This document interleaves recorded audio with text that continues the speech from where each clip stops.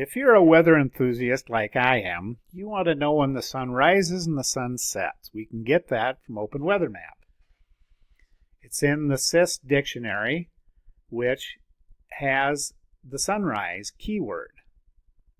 SIS dictionary also has the sunset keyword. The problem is this comes in as Greenwich Mean Time Unix time, which is a big long integer. Not helpful.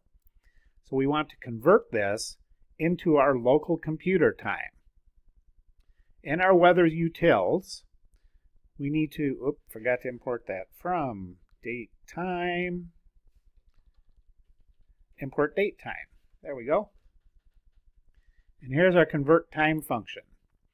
We take our Unix timestamp and convert it to a local Python date time. So from timestamp, that's what this does. It converts, you can see it right there.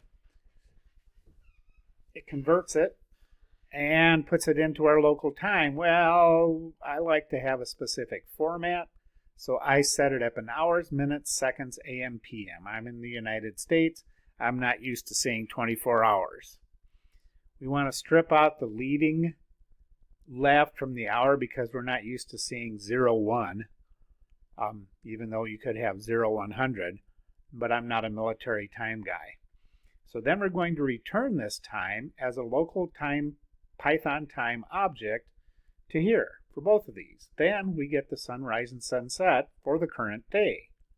Let's see how that works. There it is. All right, let's try Scotts Bluff, Nebraska, US. There it is. It rises at 6:28 and sets at 7:25, down to the second. Ooh, that's pretty cool. And that's pretty much That's pretty much it. You can expand the program. You can add a menu loop.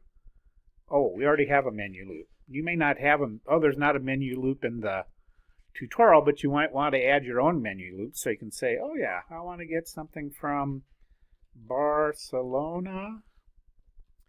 And I hope Spain is SP. Yep, there it is, 61 degrees. I'm going to be there in the end of May. Now, this is our local time, not Barcelona local time. Converting sunrise and sunset to their local time is a little bit of a bother because we have to account for the change in time zones and daylight savings time. Okay. Well, that ends our adventure with OpenWeatherMap. From here, you can go as far as you want to go.